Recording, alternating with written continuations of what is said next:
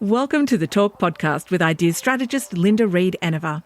Talk is where we chat about ideas and inspiration you can use to market your business. Get ready for practical tips you can implement today with your host, Linda Reed-Enever. Hi everyone, Linda Reed-Enever. Welcome back to another episode of the Talk podcast. I'm an ideas and marketing strategist who likes teaching you what I do.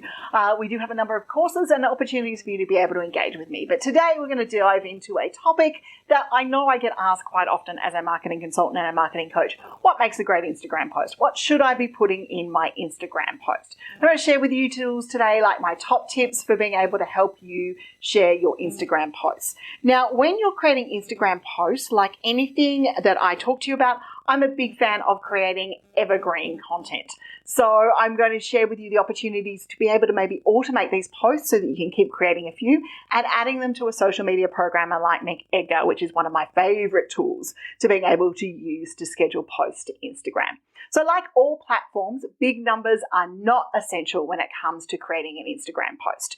You've got the opportunity now to not only create image-based posts, we're going to talk about image-based posts in this one because it's evergreen stuff, but you've got the opportunity to also use short-form video content, being able to create your content. So you've got reels now and you've got stories along the way.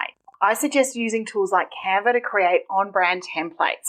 That way you can put your message and your image in there easily and everything stays on brand. Your colors, your hashtags, all of that sort of stuff is in there. And a handy little tip is if you head off to Canva, there's a whole heap of templated stuff that you can even start using by changing to your brand colors to start to be able to create some really good posts. Now, my next tip for you is to do your hashtag research. Instagram has a list of banned hashtags. We don't want to know what they all are, but we do want to make sure that we're not using them. So this is where tools that I like to use like DisplayPurposes and Hashtagify come in. Now, Insta has changed the rules on hashtags recently. They're saying 5 to 8 is the preferred level of hashtags. It used to be 30, so make sure that you're not going over that 30 mark and you're choosing those hashtags wisely. I use automation to plan ahead with tools like MeetEdgar so you can be active without having to be there because, hey, business gets in the way and you want to be able to program those tweets out there. MeetEdgar is one of my favorite. Tailwind's another good one. And then don't forget to engage. You want to engage with others on the Instagram platforms. You want to add things to stories because engagement converts to following. So make sure that you engage. So there were my top tips to help you get started. So now we're going to delve into what makes a great Instagram post. Captions encourage people to engage. Whichever social media platform you're using, your caption should invite the person to engage. And so the same is true for Instagram.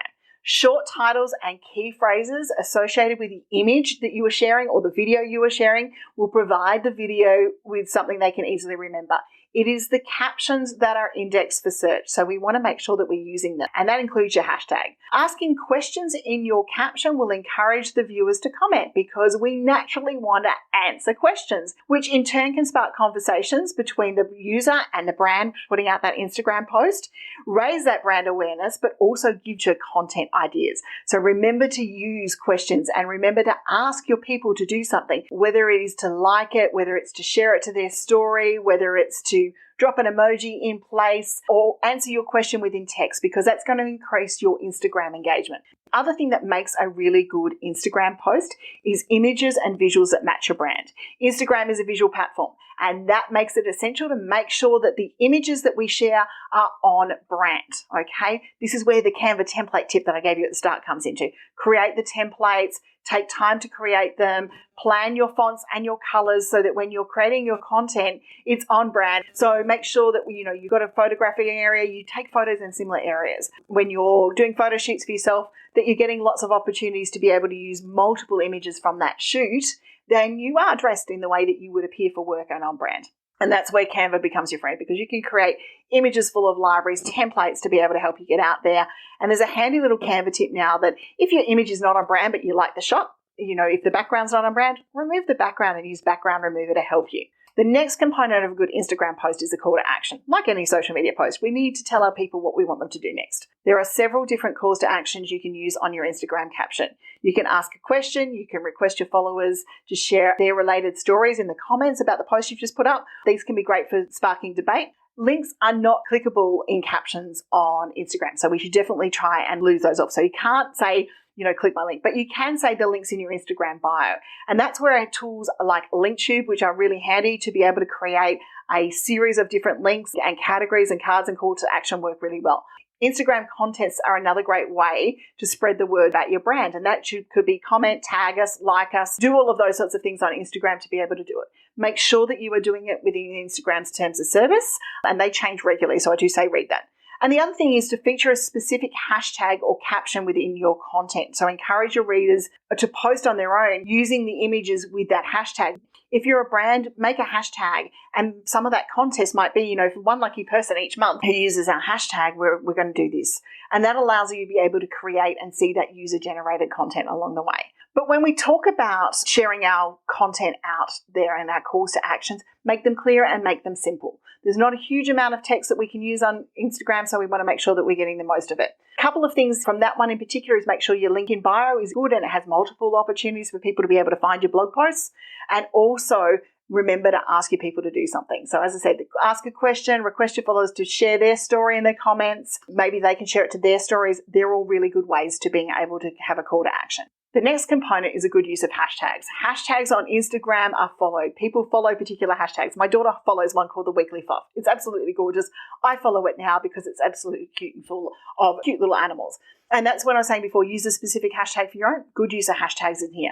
Tools like DisplayPurposes and Hashtagify will give you a filtered list of tags based on relevance, or you can Google search. Just be careful of the banned hashtags. Some of the trending hashtags you'll find on hashtag also relate to days of the week. And they're things like Throwback Thursday, instadaily, photo of the day, instagood. All of those little hashtags work really well. Now, we actually have a hashtags list for our Marketing Circle members that is daily, weekly, broken down, all the hashtags that you can have a look at. You're more than welcome to go and have a download of that if you're a Marketing Circle member. Or if you're not, come in and join us and you'll be able to find it from there. Keep in mind, don't go nuts with your hashtag. A hashtag paragraph where you've got 30 or 60 hashtags down the bottom of the post is not great. Hashtags in comments don't particularly rate well. What Instagram is wanting is the post to be natural. They're not looking for cluttered. They're looking for 3 to 5 hashtags now, really 8 at the absolute max. Gone are the days of 30 and gone are the days of hashtag stuffing your posts. So do not go nuts with them. Use your hashtags wisely and effectively and get known for those hashtags.